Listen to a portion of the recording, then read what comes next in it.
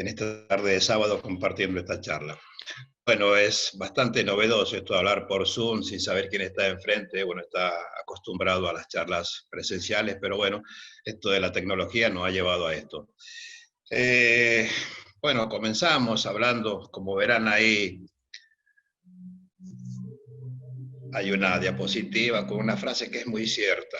Un país, una civilización se puede juzgar por la forma en que trata a sus animales. Y realmente es así. De la manera que nosotros tratamos a los animales no humanos es la forma en la que podemos entender a la civilización, en la forma en que podemos entender que hemos evolucionado. A ver, la pregunta no es si pueden razonar ni si pueden hablar, sino si pueden sufrir, si pueden sentir. Evidentemente, con este concepto nos tenemos que manejar y entender de que por más de que a veces nos preguntan a los proteccionistas, aquellos operadores sociales que hacen el trabajo de campo, ¿por qué trabajamos y por qué defendemos a los animales no humanos? Creo que el solo hecho de mirar a un animal y saber que está sufriendo es razón más que suficiente para poder trabajar con ellos. A partir de ahí, nosotros podemos transitar por esta vida brindándole la ayuda a aquel que más lo necesita. Son seres vivos, sin lugar a dudas. Y yo no veo ninguna diferencia cuando me veo reflejado en los ojos de un animal no humano, no veo ninguna diferencia. Siento de que más allá de las características físicas que nos diferencian unos a otros, en esencia somos lo mismo. Somos seres sintientes, seres que sufrimos, que podemos tener días buenos, días malos, una historia de vida buena y una historia de vida malo. Y lamentablemente en este último punto es lo que caracteriza básicamente a los animales no humanos. Una vida de sufrimiento. Hay muchos animales que no tienen la fortuna de contar con un hogar, con una persona, un humano responsable para su cuidado, y son aquellos animales que vemos en situación de calle. Estas imágenes nos muestran cuánto somos de crueles nosotros, los humanos, los denominados seres racionales, los seres que tenemos la capacidad de poder discernir y saber lo que está bien y lo que está mal, pero no actuamos en consecuencia y generamos un dolor, un sufrimiento innecesario a los animales. Los animales tienen un interés supremo, y este interés supremo es básicamente el que debemos respetar todos y cada uno de nosotros. El tejido social debe respetarlo. Estos intereses son básicamente tres: la vida, la libertad y no ser dañados. Fíjense que en tres simples palabras podemos resumir lo que los animales necesitan y cuál debe ser el trato y el tratamiento para los animales no humanos. Una vida apartada de sufrimiento, de dolor, de angustia, de estrés, libertad para poder direccionar sus actos conforme a su saber, a su entender, por así decirlo, que pueda que no esté sometido a una cadena, a un encierro, y por supuesto a no ser dañado. Básicamente son estos tres elementos, y en estos tres elementos, en estas tres palabras, se encierra mucho de lo que debemos brindarle nosotros a los animales no humanos. Antecedentes legislativos tenemos varios. En la actualidad, por suerte, se viene trabajando desde los distintos poderes legislativos, llámese a nivel nacional, a nivel provincial, a nivel municipal. Lo que pasa es que no siempre se trabaja en consecuencia y no se trabaja en una base de conocimiento tal que permita sancionar normativas, plexos normativos, que hagan de que el animal sea protegido y que siempre vaya avanzando en sus derechos. Nosotros tenemos una ley de antigua data, que ya por supuesto no está actual, no nos manejamos por esta ley, que es la 2786, que es la ley denominada Sarmiento. Esta fue sancionada el 25 de julio de 1891, hace bastante, hace mucho. Esta ley se denomina Sarmiento porque precisamente alguien que la propició y la impulsó mucho fue el maestro de América, Domingo Faustino Sarmiento.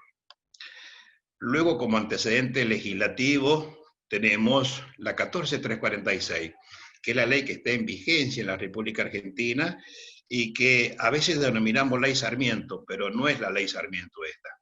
Esta ley fue impulsada por el diputado Antonio Benítez, que es el autor del proyecto. Es decir, que en rigor de verdad, esta ley se tendría que llamar o denominar ley Benítez. Luego tenemos, en el contexto nacional, en el contexto internacional, la Declaración Universal de los Derechos del Animal. Fíjense en que esta ley, esta Declaración Universal, es proclamada el 15 de octubre de 1978. Si lo vamos hacia arriba, vamos a ver de que nuestra ley es anterior. Es decir, que en un punto también la Declaración Universal de los Derechos de los Animales tuvo que ser leída por aquellos que declararon esta ley y aprobaron esta Ley Universal de los Derechos de los Animales. Y luego, recientemente, en el año 2016, tenemos la 27330, una ley que surgió a partir de la necesidad de proteger a los perros. Si bien la ley fue creada protegiendo a todos los animales, a todos los perros, básicamente se basó en la protección de los galgos, aquellos que eran y que siguen siendo en la actualidad maltratados y que son los animales que corren en los canódromos, aquellos que son sometidos constantemente, que son drogados, que son estimulados con sustancias prohibidas, por supuesto para lograr un mayor rendimiento. Así que esta ley, que es una de las más nuevas que tenemos en la República Argentina, es la que sanciona, tipifica las conductas que se oponen a las carreras de perros, específicamente a las de galgos. La 14346 es una ley que, si bien es bastante vieja y ya necesariamente necesita una actualización, es la que tenemos toda la sociedad y los abogados en particular que trabajamos el derecho, es la ley en la que nos respaldamos para poder ejercer la defensa de los animales no humanos. Esta ley es del año 1954, fue publicada el 5 de noviembre del 54, es decir, que tiene muchos años, y como dije recién, necesita una actualización, necesita que se modifiquen, que se incorporen nuevas conductas delictivas. De esto voy a hablar un poquito más adelante, pero para remarcar y recalcar, esta ley sí o sí necesariamente debe ser modificada, debe ser actualizada. La 14346 protege a los animales domésticos, los cautivos y los salvajes. Es una ley que tiene nada más que 4 artículos, es muy corta, es muy pequeña, pero en el artículo 2 y en el artículo 3 podemos encontrar los actos de maltrato y los actos de crueldad. Tiene una naturaleza penal, esta ley. Con esto quiero recalcar de que es una ley que está incorporada al Código Penal argentino. Es decir, que es una ley a la que están obligadas todas las provincias de la República Argentina. Y no hace falta adhesión de ninguna provincia. Es decir, que se aplica directamente porque, como dije, está incorporada en el Código Penal argentino.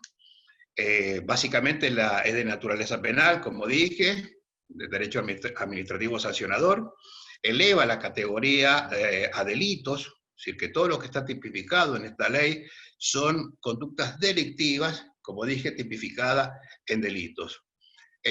Tipos penales abiertos, esta es otra característica que tiene esta ley, y tiene un principio de legalidad y máxima taxatividad. Es decir, que tenemos que incorporar dentro de las conductas que se consideran delictivas lo que dice la normativa. No nos podemos apartar de ella.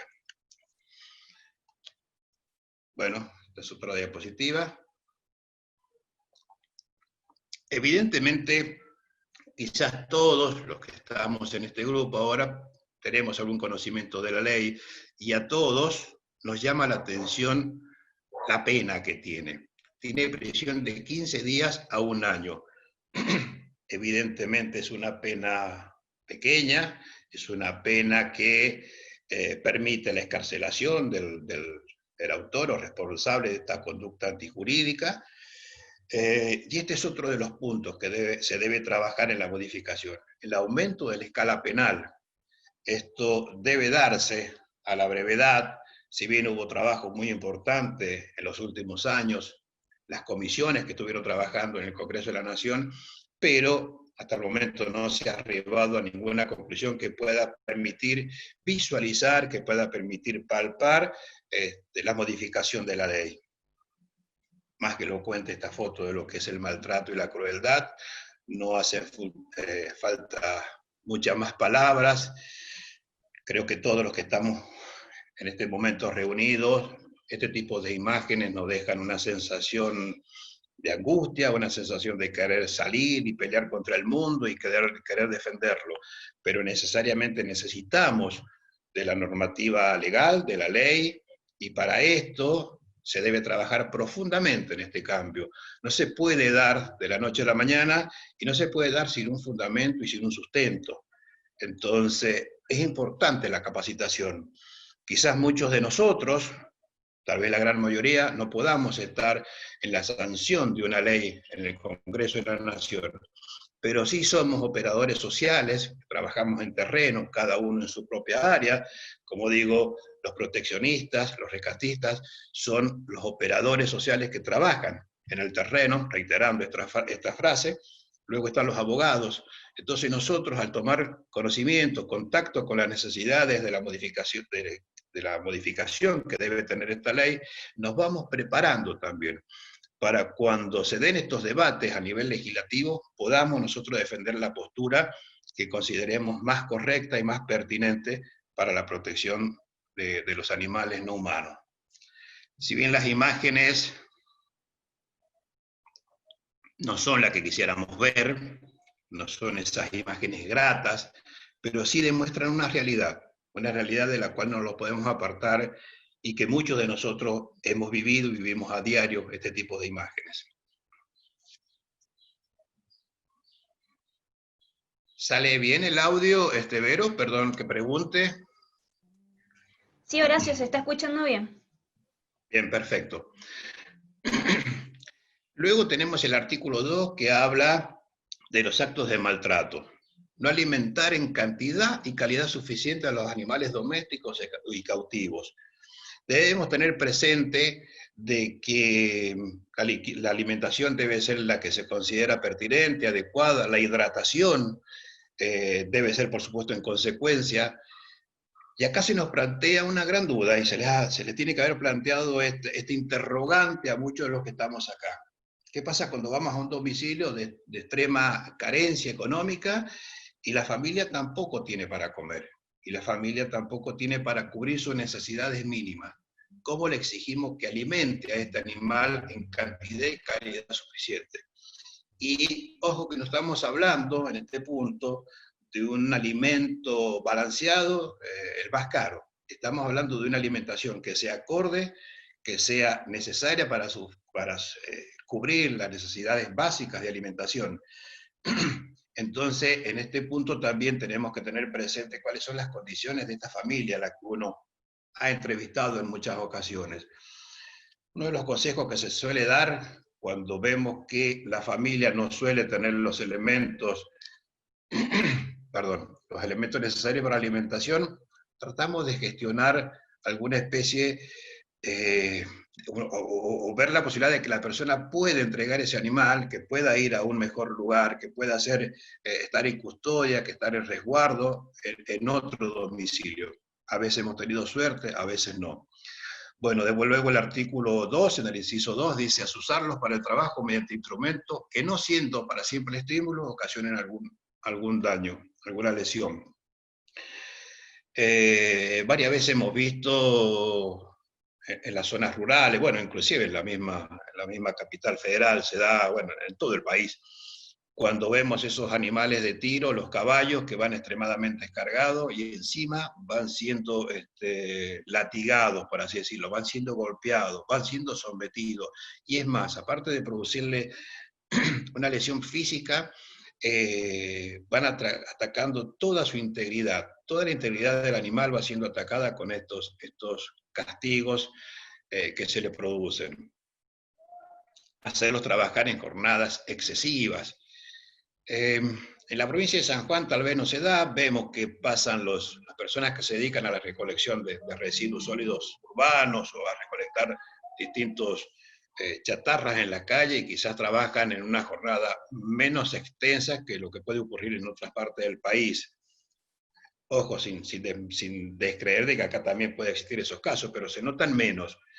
En Capital Federal tenemos gente que se dedica al negocio de alquilar los caballos. Entonces lo desocupa uno y automáticamente lo alquila otro para seguir haciendo el trabajo. Son animales que no descansan. Tengamos presente que todo sometimiento al animal ya de por sí es un maltrato. Lo ideal sería verlos transitar, correr y vivir libremente en un espacio abierto, en su hábitat natural, con el que le podemos ofrecer en la región donde estemos. Pero hay una realidad de que no es así.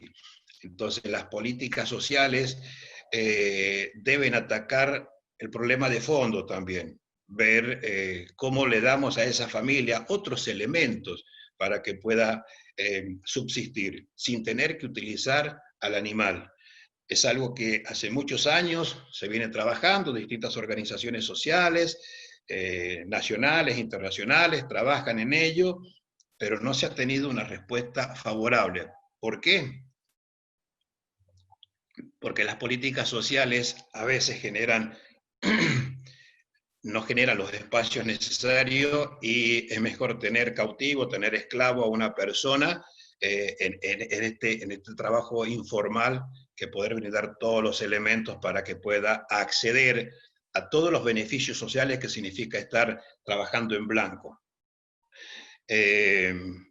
Bueno, acá el artículo 2 habla de la estimulación con drogas, sin perseguir fines terapéuticos. Y esto lo vemos, por ejemplo, en las carreras de perros, en las carreras de equino, en todo aquel ámbito donde se persiga estimularlo al animal para un mayor rendimiento.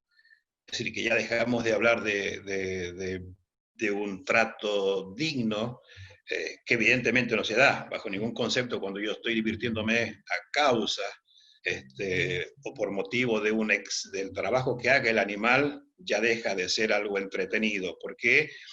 Porque está sufriendo ese animal. Y encima se da que los estimulan con estas drogas, y bueno, y sabemos de muchos casos donde los animales pierden la vida, producto de estos elementos químicos que se les colocan. No hace falta mucho más para agregar en esa foto. Acá vemos un animal en extremo abandono, donde está apartado de todo el resguardo que le debemos brindar, de la protección estatal, de la protección de la misma sociedad. Porque no me digan que alguien no lo vio, no me digan que alguien no pasó cerca. Y esto nos pasa seguramente cuando vemos muchos pedidos de ayuda y vemos que sacan simplemente la foto y creemos que con sacar la foto se solucionó todo. Evidentemente no se soluciona todo. Tal vez le damos trascendencia pública y sabemos dónde está ese animal, pero la foto es el inicio y creo que si las personas estuviéramos un poco más capacitadas para sacar la foto y poder brindar alguna alternativa de abordaje a estas situaciones, podríamos ir avanzando. Creo que la gran mayoría de los que estamos acá en algún momento hemos sentido de que la foto no es todo, que hay que ir un poco más allá. Bueno, en esto se ve reflejado lo que hablaba recién, no hay mucho más que agregar.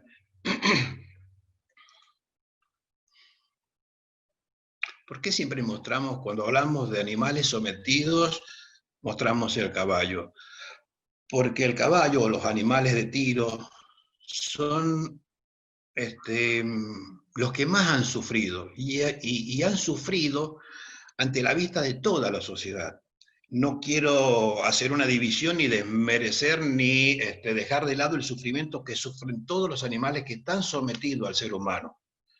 Pero está en la vía pública, no se mueve en el fondo de una casa, sale todos los días a trabajar y a demostrarnos con su trabajo de que está siendo sometido, que está siendo denigrado, que está siendo usado, que está siendo ultrajado. Entonces, a partir de ahí, no tenemos que ser indiferentes. Un poco la idea de este tipo de charlas, perdón por los sonidos, pero bueno, es el perro del fondo, de acá de casa. Un poco lo que yo quiero dar con esta charla es todos los lineamientos para que no tengamos miedo al denunciar.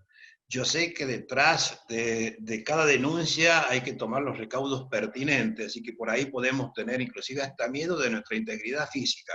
Pero también tenemos que formar cadenas, no solo para compartir la foto, sino cadenas para poder denunciar. Y ustedes van a entender a partir, y espero que así sea, cuando concluya esta charla, que ustedes pueden denunciar, inclusive resguardando su identidad personal. Entonces no dejemos que pase por la vida este animal sufriendo. El equino, me estoy refiriendo específicamente. Tenemos todos los elementos para denunciar y lo tenemos que hacer valer y lo tenemos que utilizar. Está ese elemento. El artículo 3 habla de los actos de crueldad. En una diapositiva que viene más adelante está esto que voy a hablar ahora. Ustedes notarán de que los actos de maltrato y crueldad se diferencian por la gravedad.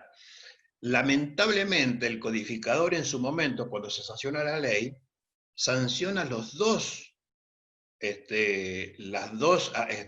tipifica estas dos acciones, la crueldad y el maltrato, con la misma pena. Entonces, en algún punto, dentro de las modificaciones que pedimos, es que hay una diferenciación entre actos de maltrato y crueldad, que se tipifique con una escala penal distinta. Evidentemente, con una escala mucho más alta los actos de crueldad. El artículo 3 me dice practicar vivisección. Yo no sé si muchos saben qué significa vivisección, pero es trabajar, hacer experimentos con animales vivos, hacer los cortes en su cuerpo con animales vivos. Es decir, que imagínense el sufrimiento que eso conlleva. El inciso 2 del artículo 3 habla de mutilar cualquier parte del cuerpo. Y en esto quiero hacer especial detenerme un poco. Hemos encontrado y hemos escuchado mucha gente que nos dice,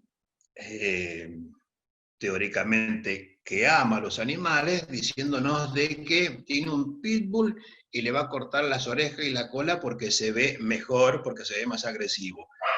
Esto está penado por la ley, pero aparte de estar penado, es una incongruencia total creer de que porque le corte las orejas, le corte la cola, le mutile esas partes del cuerpo a un animal, va a ser más bonito, va a ser más estético.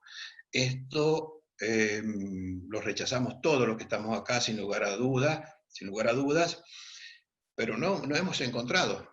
Hemos encontrado cuántas veces nos han dicho, y lo quiero cortar la cola, las orejas, por esto, por lo otro. Evidentemente todos nosotros nos oponemos. Bueno, la ley lo castiga.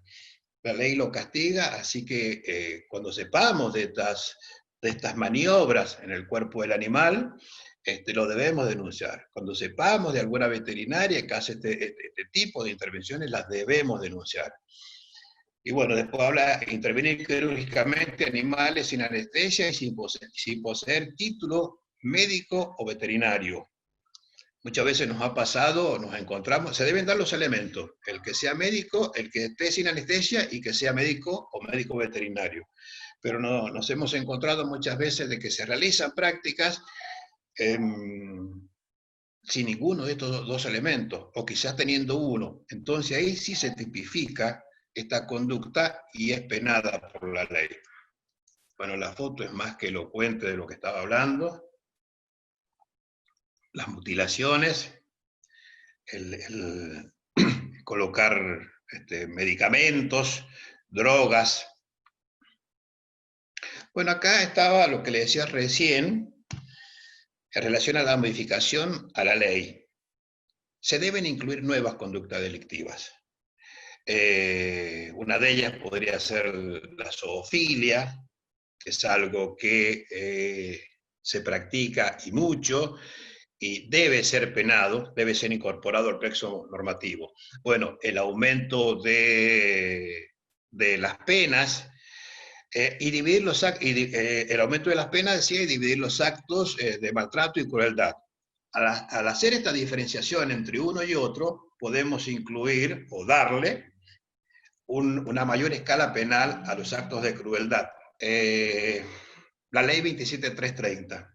Esta es una ley que propiciaron todos los argentinos y que trabajó mucho Proyecto Galgo Argentina para que esto saliera, acompañado de diversas organizaciones, nombro una porque es la que se me viene a la mente, pero diversas organizaciones, profesionales, la sociedad en general. La ley 27330 es aquella ley que sanciona los actos o las carreras de perros, como dijimos. Esta ley, al ser más nueva en el tiempo, ahí podemos encontrar penas un poco más altas, penas que van de los 3 meses a los 4 años de prisión. ¿Qué es importante cuando hablo de 4 años de prisión? Para aquellos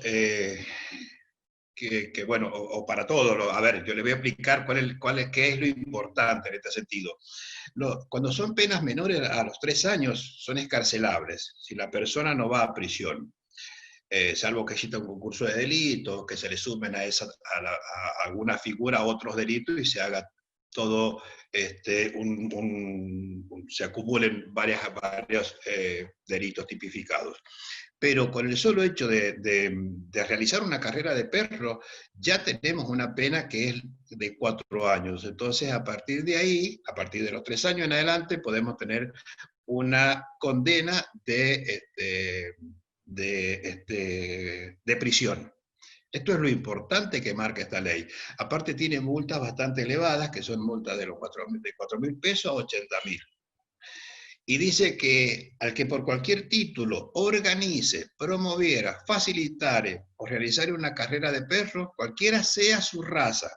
Acá estamos viendo de que no habla exclusivamente de galgos, porque la ley fue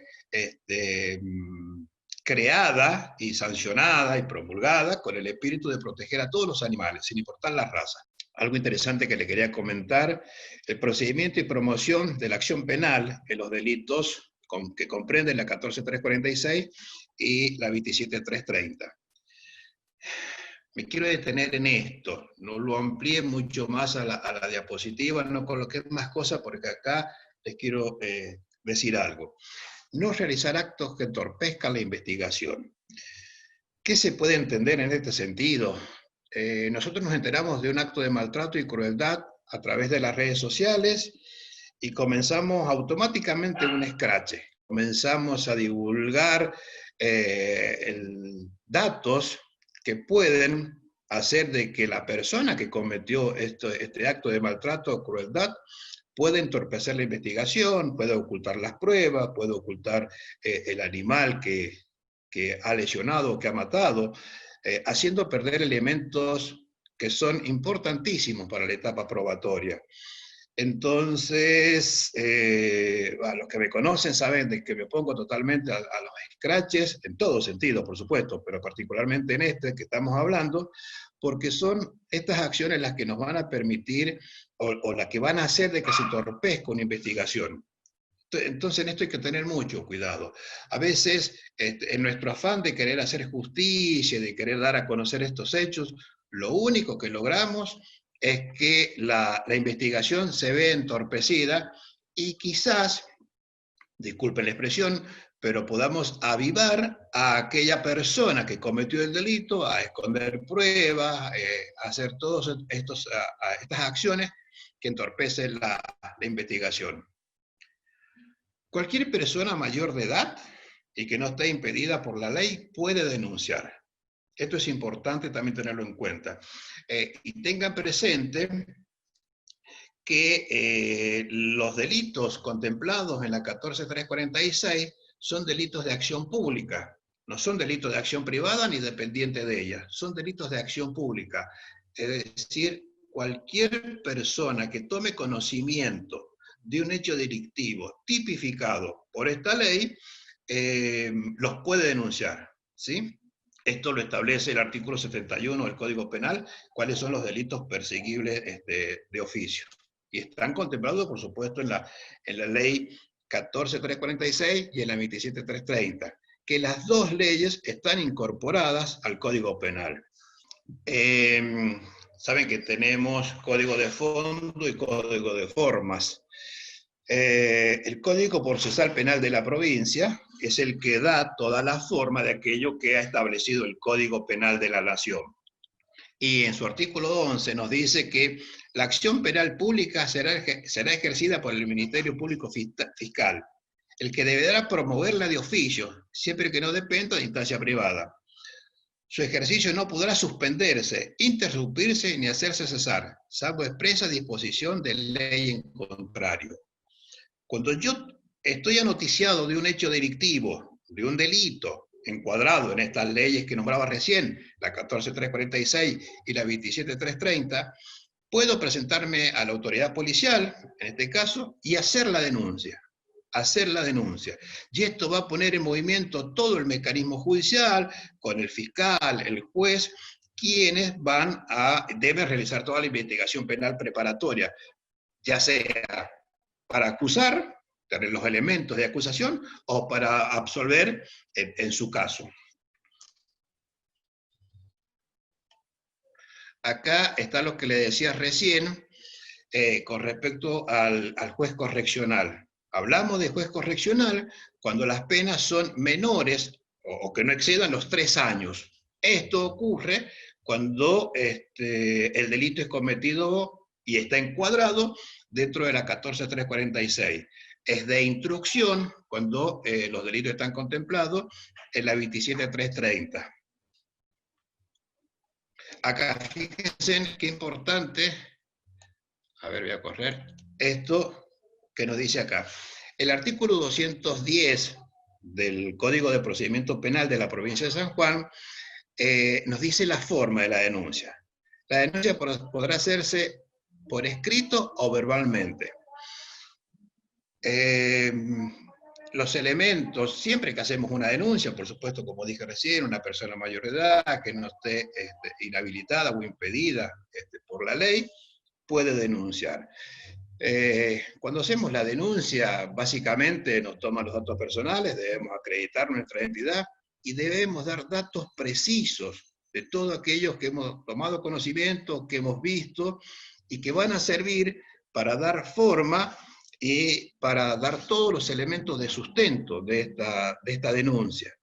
Tengan presente de que el oficial de la policía administrativa, que es la policía que vemos a diario, porque no tenemos en la provincia de San Juan policía judicial, si bien no se ha podido poner en aplicación aquello que se había creado de la policía judicial y que está establecido. Hoy por hoy tenemos la policía administrativa, que es la que está en las comisarías, cumpliendo las dos funciones. Nos constituimos en la comisaría y hacemos la denuncia, como dije recién, aportando todos los datos y aportando todos los elementos de todo lo que conozcamos, si conocemos personas o testigos que hayan visto el hecho, bueno, nombrar todos los elementos que nos permitan sustanciar esta denuncia. La denuncia la podemos hacer, como dije, en la comisaría, en el fiscal penal de turno o en el mismo juzgado que esté de turno precisamente en ese momento. Algo que es importante, el denunciante que realiza la denuncia no es parte del proceso.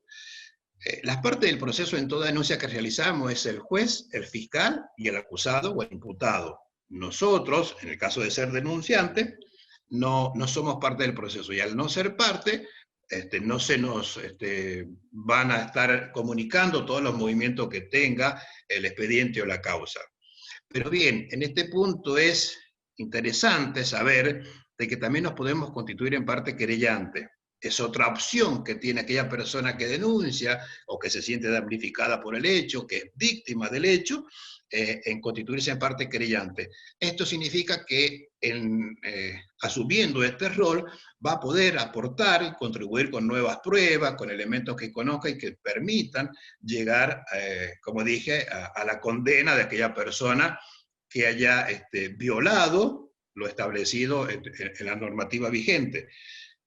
Muchas veces nos encontramos en que la gente cree que haciendo la denuncia ya está, terminó.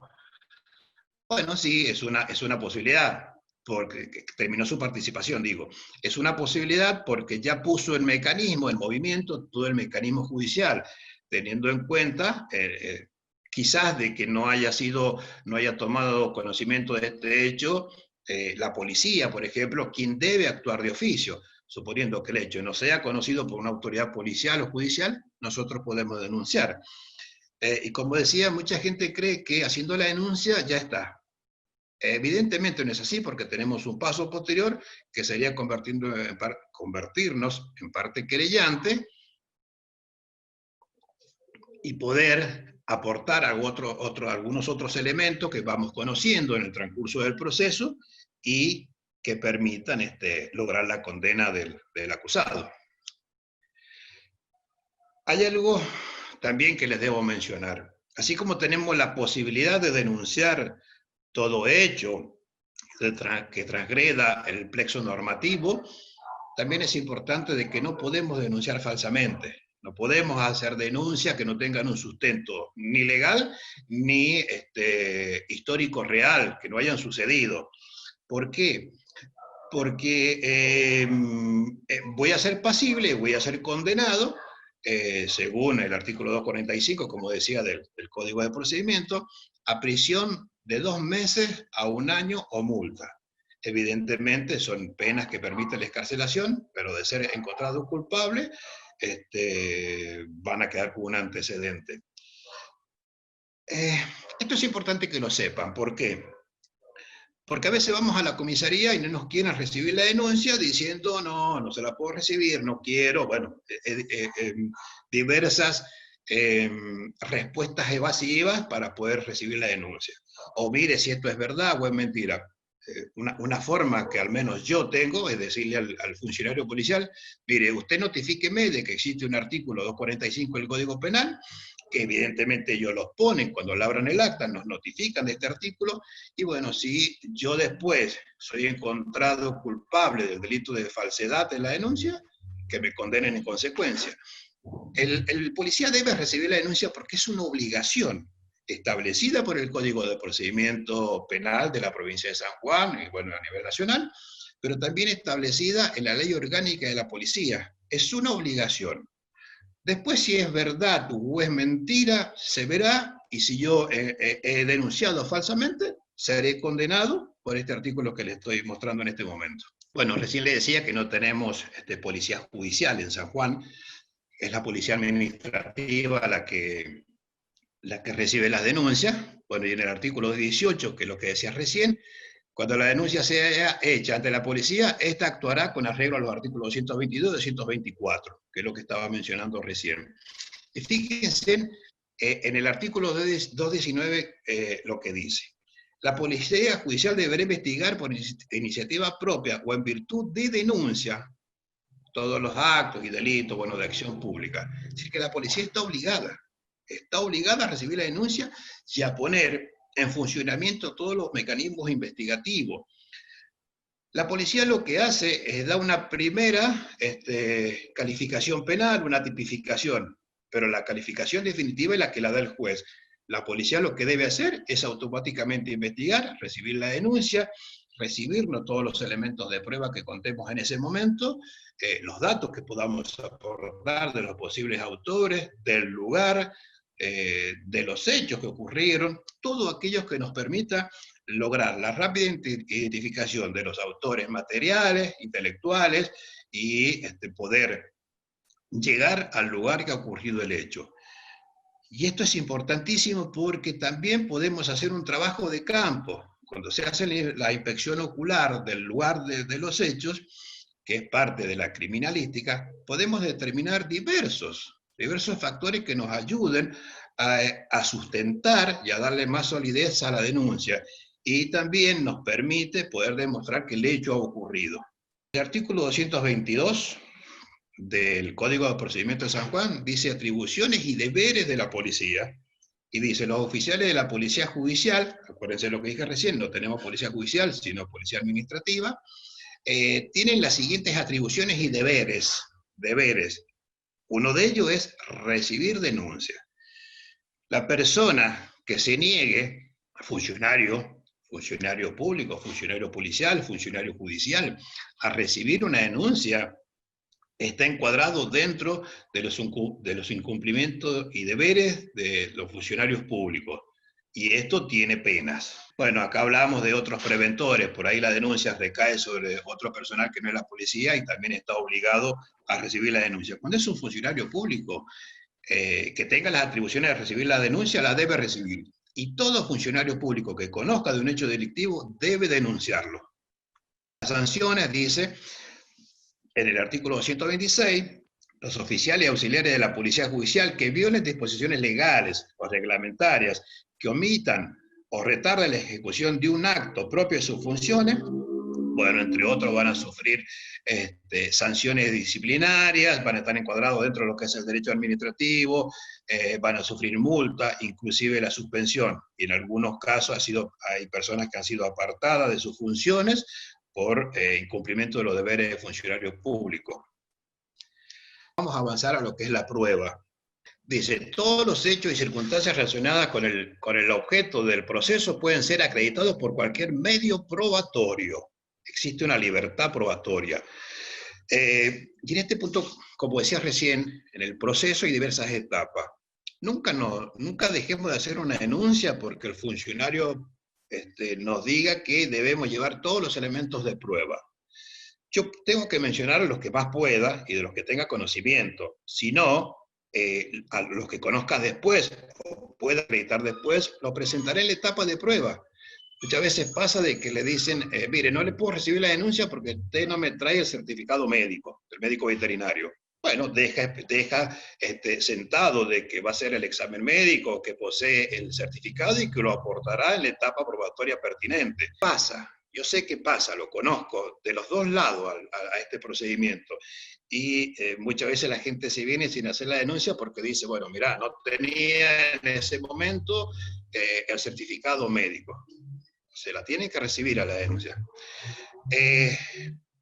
Sabino dice que hay libertad probatoria, pero esta libertad probatoria tiene un límite lógico, que es no violar las garantías constitucionales. No podemos presentar como prueba todo aquello que haya sido conseguido de una forma ilegal y que haya violado garantías constitucionales.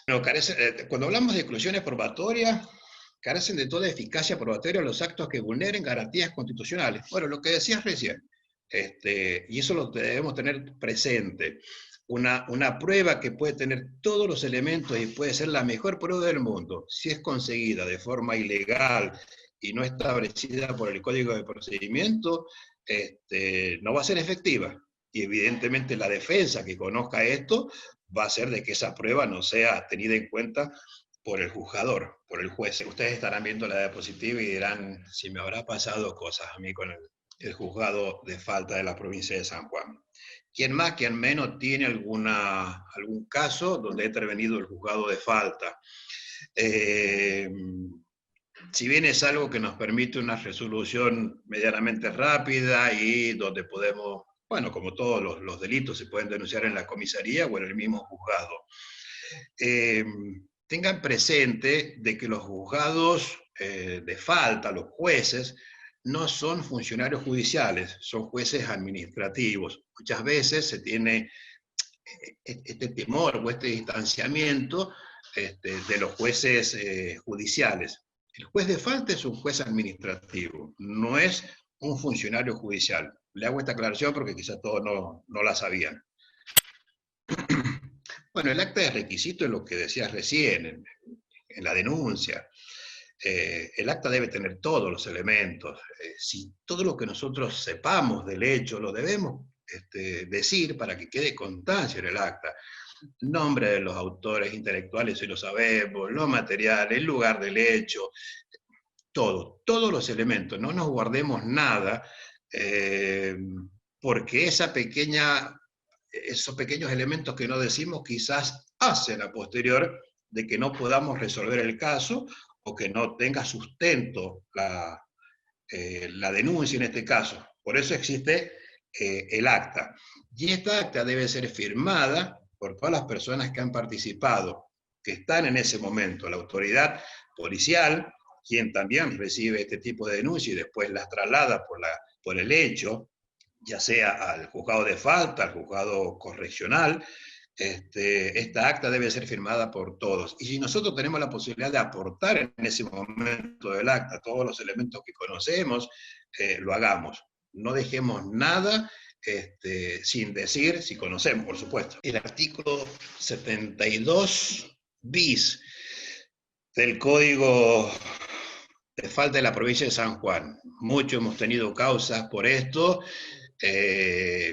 y habla de los animales sueltos en espacio o en la vía pública, poniendo en riesgo la seguridad de las personas o de las cosas.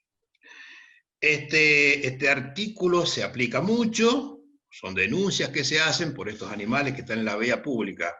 Y algo a tener presente, que también fue consultado en estos días, en relación a este perro pitbull que, bueno, ocasionó este hecho hace unos días, este lamentable hecho,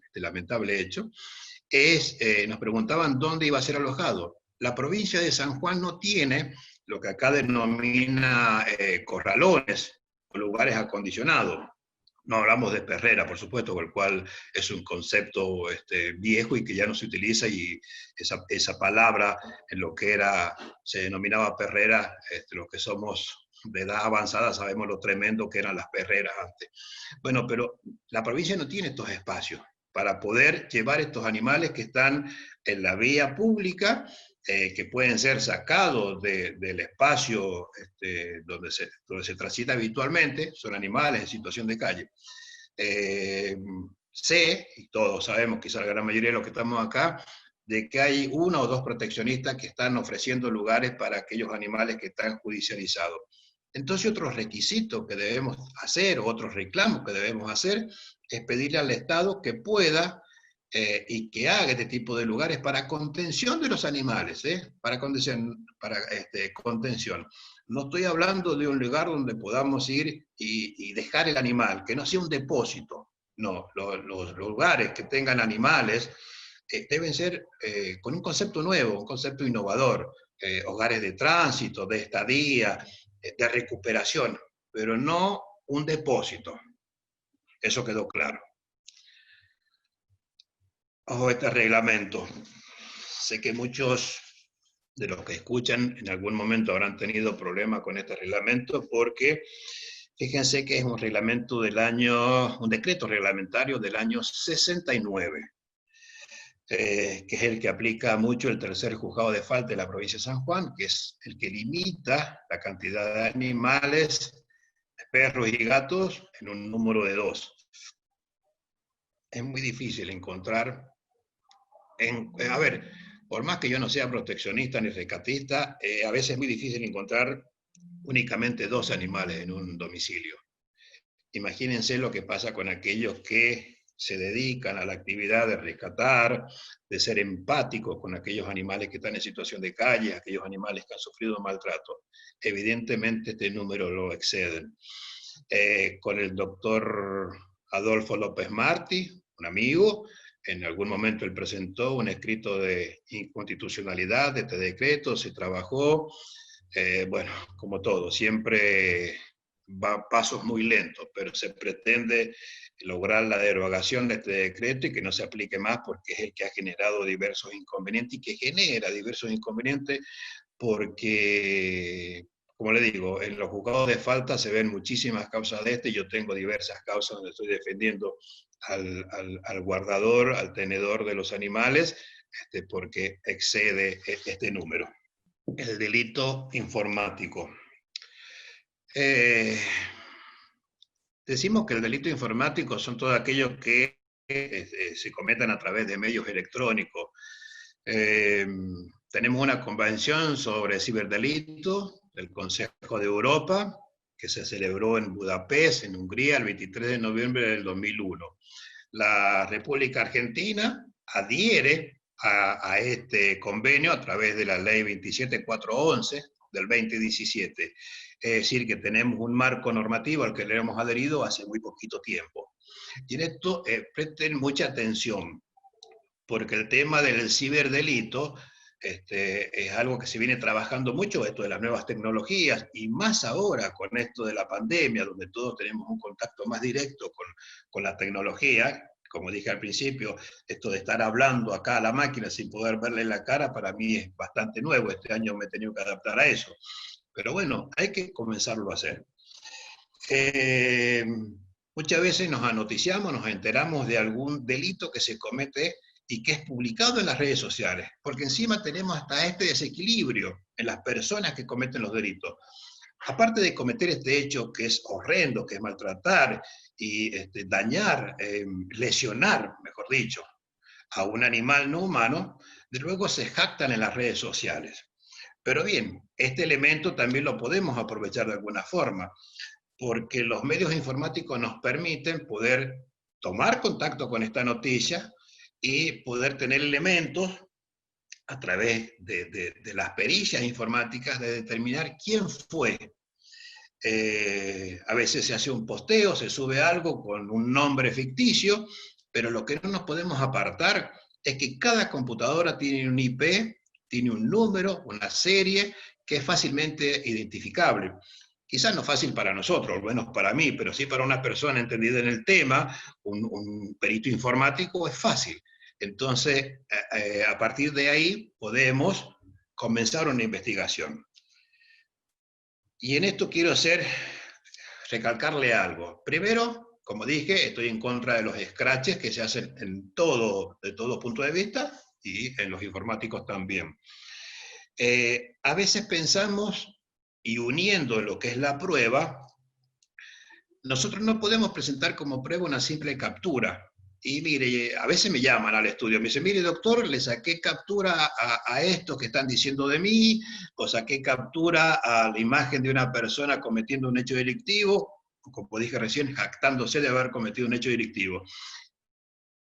Y le saco una captura a la pantalla. Esto no tiene validez. No tiene validez porque la forma de introducir la prueba en el proceso no es la que está permitida. Aparte, para hacer, yo puedo sacar ya una foto de mi computadora y quién sabe si es mi computadora o es la del vecino.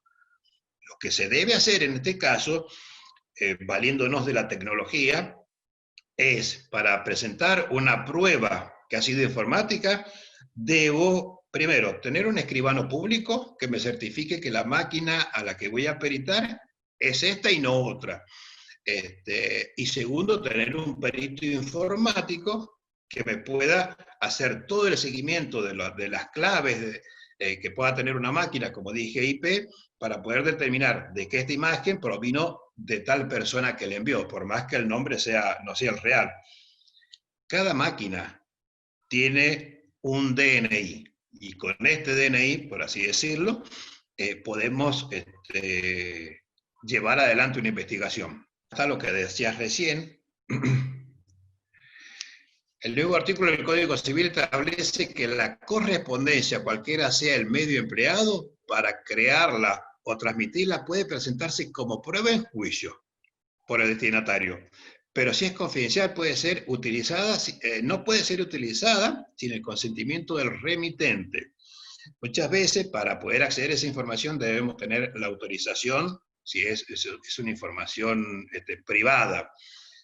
pero como dije, a veces se hacen este tipo de publicaciones en la red, en Facebook, por ejemplo, que es una red pública, entonces yo tengo un acceso más fácil. Y vuelvo a reiterar, el tema del scratch, por así decirlo. Cuando yo me pongo a comentar todo esto que he visto, lo que estoy haciendo es quizás alertar a la persona que lo subió y diciéndole, estás en peligro, bájalo. A veces hay que guardar silencio, tomar todos los recaudos pertinentes, pero no hacer comentarios que puedan permitir que la otra persona baje el comentario que hizo y que nos quedemos sin un elemento probatorio que sería importante. Teniendo en cuenta lo que dije, que cada máquina tiene un DNI, para así decirlo. No es el término correcto, pero se entiende lo que quiero decir. Bueno, esto es lo mismo de recién, si es información pública o privada. Bueno, lo dije al principio. ¿Qué son los delitos digitales? Todos aquellos que puedan ser guardados en un soporte magnético, óptico, digital o electrónico, del cual es imposible conocer su interior. Para la recolección, tengan presente de que ya sea la computadora, las cámaras digitales, los celulares, todos los medios informáticos, tenemos forma de saber datos que hasta que no nos conocemos, no sabíamos que existían. Cada fotografía tiene los metadatos. Estos metadatos, si ustedes lo hacen o lo han hecho, saben que haciendo un clic en la fotografía, nos permite ver dónde fue sacada, la hora, sobre qué soporte, con qué elementos se sacó, ya sea un celular, una cámara fotográfica. Y si somos más experimentados en el área informática, vamos a conocer inclusive el lugar donde se sacó. Y esto es importante, porque quizás tenemos una foto que nos pone en determinado lugar a una persona que sabemos que ha cometido un delito. A ver, un ejemplo. Se comete un hecho tipificado por esta ley, hablando de San Juan, por supuesto, en el departamento de Hacha. Pero esta persona que sabemos que, o creemos, porque quién va...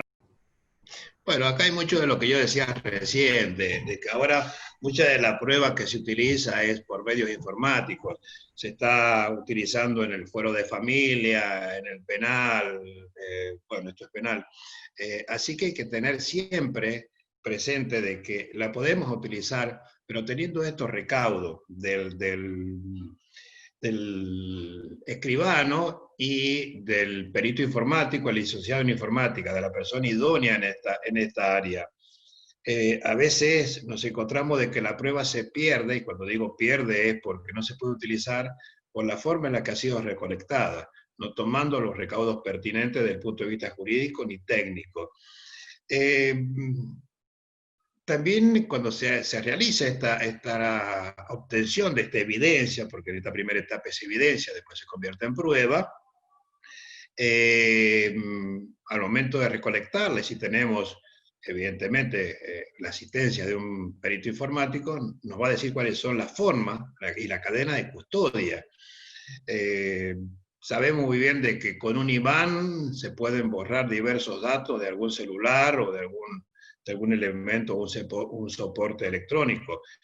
Entonces la cadena de custodia es importante conservarla, sobre todo cuando se utilizan o se secuestran teléfonos celulares, tablets, todo este tipo de elementos. Es importante conservar esto porque es lo que nos va a permitir, en primera medida, conservar la evidencia, que será prueba posterior, y poder certificar de que ha sido transmitida, enviada desde este soporte técnico. Bueno, ahora más o menos lo que hacías recién, no hay que establecer el artículo 318 del Código Civil, no hay que violar garantías constitucionales. Todo lo que sea prueba debe ser conseguido, todo el proceso, por supuesto, se basa y se sustenta en respetar las garantías constitucionales, si no tendremos todos aquellos recursos que se pueden presentar para invalidar desde una acusación hasta los elementos de prueba que se quieran introducir en el proceso. Bueno, existe una nueva rama, que es la informática forense. acá está lo que decía recién. En ese sentido, uno de los temas más importantes es la informática forense, es mantener la cadena de custodia, ¿sí? Tenemos que conservar la cadena de custodia porque esta cadena de custodia nos va a permitir conservar lo que tenemos y dar fe de que ese elemento es el que queremos presentar en la etapa probatoria y que no ha sido cambiado, no ha sido adulterado, no ha sido modificado. Así que en esto tengamos presente, aquellos que están ahora acá escuchando esto, la recolección. Una simple captura no nos sirve porque no tenemos cómo certificar ni garantizar de que esta prueba ha sido obtenida del elemento que nosotros queremos hacer valer. Así que creo que es muy importante tener esto presente. Es más, es vital, no es que sea solo importante, es vital para poder seguir con el proceso y que podamos encontrar los elementos para sustentar la acusación. La valoración de la prueba digital, obtención de la información, lo que dijimos recién, la incorporación de los datos. Para que los datos sean incorporados al proceso debe cumplir unos requisitos. Pertinencia, necesidad, licitud, ahí se reitera la licitud, y admisibilidad en el proceso. Admisibilidad procesal. Hay pruebas que no, si bien hay una libertad probatoria, hay algunas cosas que por simplemente pueden ser dilatorias o no conducentes, no van a ser admitidas por el juez. Bueno, la valoración de los datos incorporados. Por último, si bien cumple los requisitos anteriores sobre la obtención e incorporación, la prueba electrónica será objeto de valoración por parte del juez, lo que decía recién. No presentar pruebas que puedan ser poco productivas o que sean dilatorias del proceso que estamos llevando adelante. Ahora quedo de acá en más abierto a las preguntas, pero quería cerrar con esta imagen. Hay mucho tema para hablar todavía sobre lo que hemos expuesto hoy, sobre las leyes, pero bueno, es algo que nos lleva mucho más tiempo. Esta imagen me trae a mi mente cómo debemos luchar nosotros, y tenemos que luchar necesariamente por aquellos que denominamos los sin voz. Ellos no tienen una voz, sí los entendemos y sabemos cuando están mal, cuando están bien, pero somos nosotros la voz de ellos. A través de la historia ha habido una idea y un accionar tan antropocentrista y especista por parte de nosotros, el ser humano, el ser racional, el ser con todos los elementos y atributos que le permitieron juzgar a los demás. Hemos castigado siempre a las minorías, por ejemplo, a los negros, a los indígenas, a las mujeres, a las personas con discapacidad, a los ancianos. Siempre hemos estado en una franja etaria donde, estando en la plenitud de la vida, nos consideramos que tenemos el derecho de maltratar a los demás. Va a ser tema seguramente para otra charla, con gusto me ofrezco desde ya, para poder hablar de todas estas acciones que hemos llevado a lo largo de la historia, desde maltratarlos hasta comerlos y hacerlos esclavos.